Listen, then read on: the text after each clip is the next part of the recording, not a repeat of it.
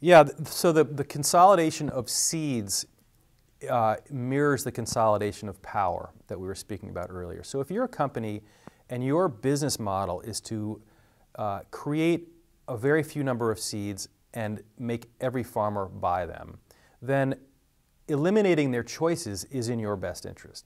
So what you had were these companies that used to be chemical companies are now creating GMO seeds. What they did was they ran around and they bought up all these independent seed companies. So now, if you look at the varieties of seeds that are available to farmers, where you used to have hundreds of varieties, now you have 4 or 5. And this is a problem at multiple levels. It's a problem for our diet, because now we have a dramatic decline in the diversity of kinds of foods that we're eating. It also happens to be a very serious environmental problem, because as we talked about before, when you replace a diversity of plants with very few plants, you are creating a biologic desert. I mean, these places, like a cornfield, is not a whole lot more ecologically healthy than a parking lot, because what it is nutritionally damaged soil growing the same crop year after year after year after year, with chemical saturation from the herbicides and chemical saturation from the synthetic fertilizers. So the soil is dying, the water that runs off these farms is dying, all because of this monoculture. Monoculture meaning a very small number of seeds planted on millions and millions of acres. So this is a problem at a lot of levels. These seeds become corrupted by a virus or bacteria or drought, whatever it is, and they get wiped out and there's nothing to replace them, then we are like seriously screwed. So this is true for social, in a human context and in a biological context. Diversity is what you want. I always kind of joke with my students that like monoculture is like the equivalent of like white supremacy. Like you don't want that. Bad things happen when you only give power to corn. You don't want a world where corn dominates. Because actually corn has like taken over the American landscape. That's a bad idea. So you want diversity in all things. That's the way nature wants it to be. It wants it to be diverse and rich and interconnected.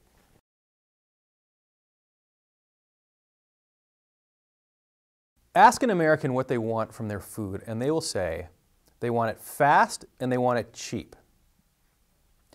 Now, that's the American thing. Let's just imagine an archetype from another country. Let's ask a 70-year-old Italian who's going out for lunch in Rome. What does he want from his food? What he wants from his food is he wants to sit down at a restaurant for 2 hours, and he wants to eat local food, traditional food, really tasty food. He might even want to have a glass of wine with his lunch, and he's going to sit there and enjoy a nutritionally dense, traditional, beautifully flavorful, excellent experience. That's one model. The American model is I want to drive through a drive-through window and get something as fast as I can, as cheap as I can, so I can get back to my job. So you get the food that you ask for. If you want food that's going to take you 8 minutes to eat and it's going to cost you 99 cents, that's what the culture is going to provide. That's what we've decided. We've decided we want our food as cheap and as fast as possible. Americans spend less money per capita on their food than almost any culture in the world, which is a very strange phenomenon because we're one of the richest countries in the world, but we don't spend our money on food, we spend it on everything else. So will it buy an expensive car or an expensive house or expensive shoes or an expensive phone, but we won't buy expensive food? Now that's strange. Other cultures are not like that.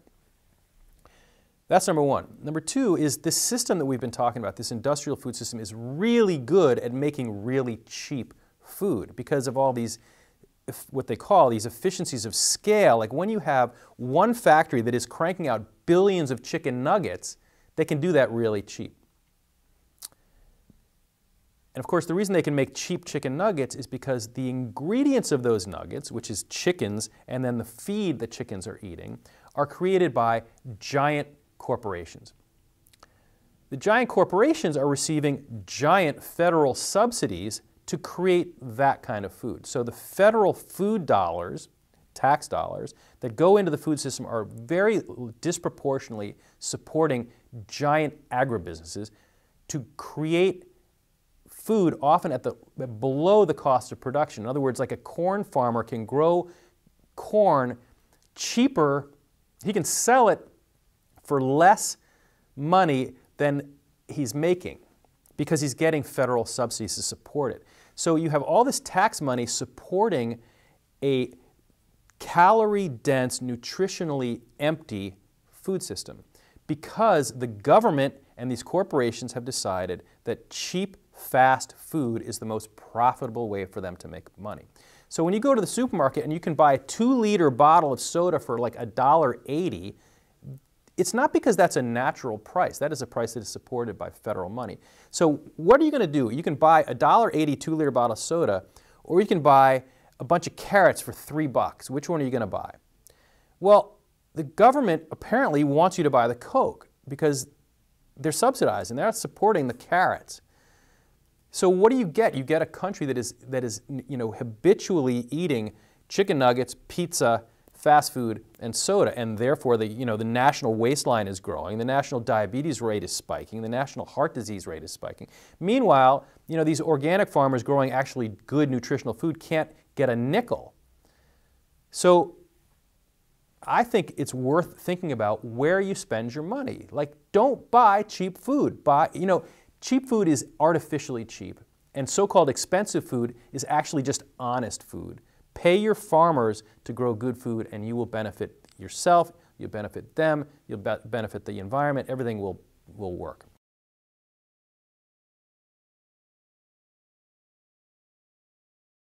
One of the things we've been talking about is the centralization of control, let's say, political control and also financial control of not just food, but of democratic systems. So one way that this whole thing has gotten so off the rails is that the companies and the industries that control it have such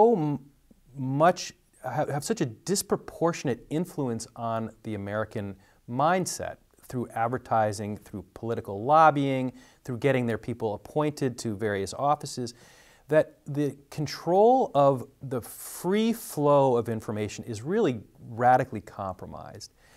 So one of the fundamental parts of a functioning democracy is the capacity of people to get information that is useful to them.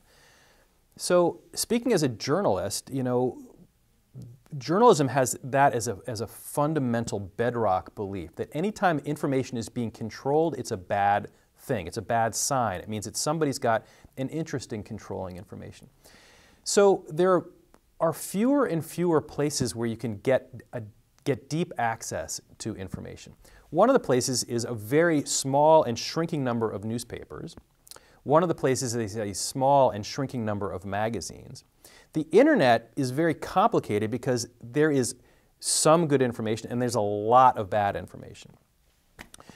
So a conference like The Real Truth About Health, in its effort to bring credible researchers and journalists and scientists together under one roof, is that they are able to get kind of a direct access to people without other things kind of coming in and refracting the information somehow.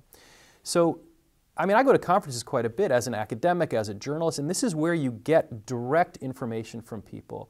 And it's a really useful thing. This is not an academic conference. This is a conference for regular people. Regular people don't have the luxury of going to academic conferences or medical conferences because they're not part of the profession. So this is a nice way to get, credible researchers and scientists and journalists directly in contact with actual people, which is really that's striking a blow for democracy. That's like getting people the information that they need. And we could use a lot more of that.